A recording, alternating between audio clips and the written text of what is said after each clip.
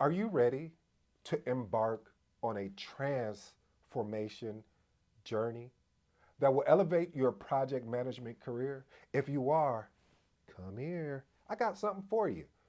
Today's episode is entitled Your Certification Journey, Embracing the Power of the Five Best Project Management Certifications. Again, your certification journey, embracing the power of the five best project management certification. Family, if you're new to the channel, I have a 7-point framework. After that, I'm out. If you don't know who I am by now, I go by the name of ED. For all you smart and intelligent folks out there listening, it just simply means Ed.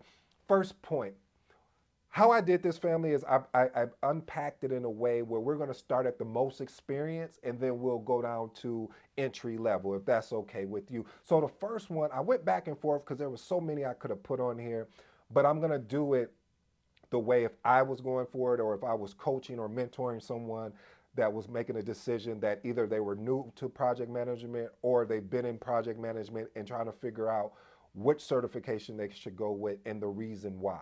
So the first one is the PGMP. That's the acronym. It stands for Program Management Professional. Basically, this particular certification, it really builds on how you can harness the strategic execution by demonstrating expertise in managing and aligning multiple projects. One of the things as a program manager, you have multiple projects, and the certification is really geared for a project manager. Most of the time, you'll see someone who gets a PGMP, they already have their PMP, and the next step for them is the PGMP. One of the ones I said that I left out was the portfolio manager. That's the next step above the PGMP, but I thought the PGMP would be a good high level certification.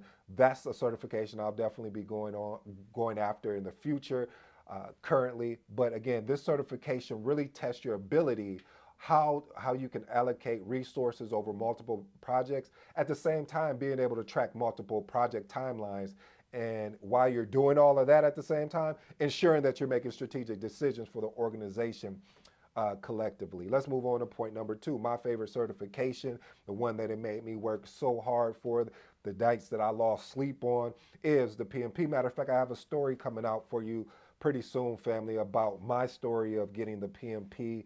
Oh man, I promise you, this is something you want to bring your popcorn to, because this is going to be one of those nail biters. But it may get a little sad, but it's the truth. So point number two is project management professional, or what we call PMP. This basically is a recognized worldwide certification. It really shows your expertise within project management, and it just puts you in what they call an elite group of project managers. But I do have a caveat to that. And I'm going to say this early and often, is that just because you get these certifications, it doesn't stop there. Just because you get certified, it doesn't mean that you don't have to go put in the work to go still continue to learn. Yes, there's PDUs that you're responsible for in order to maintain your certification. However, you have to ensure for yourself that you're doing more outside of that. Anyway, point number three, this is a certification I am working on this year of attaining. Basically, it's the PMI ACP, which stands for basically Project Management Institute Agile Certified Practitioner. This basically just shows your proficiency when it comes to the Agile framework and basically the adaptive project manager. So these first three that I've shared with you, the PGMP, the PMP, and the PMI ACP, these are all project PMI certified certifications.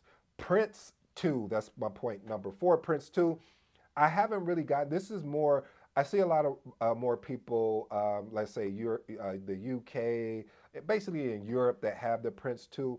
The Prince 2 is really like a process-driven certification. It really empowers you to excel in diverse project landscapes. I may be getting this as well, just because I just love the opportunity to get better at building processes or identifying processes and building it up from there. So this is something probably next year I'll start focusing on it and getting the training in that. Now, let's go down to the entry levels in a sense, and I do have some of them that may catch you off guard. So the first one, of course, is the CAPM, or the Certified Associate in Project Management. This is for someone that is really looking to build a strong foundation of project management and understand the principles and practices, ITTOs, the 49 process, etc. But this is more of a entry level.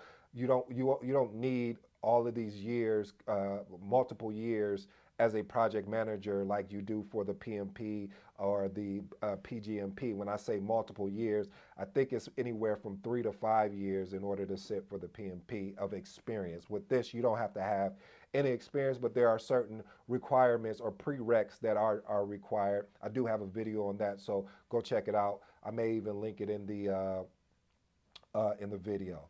Anyway, next one. This is one that caught me off guard, and I had to go do some homework on it because I was like, I've never heard of this before. It's called Certified, which is my point number 6, Certified Project Manager.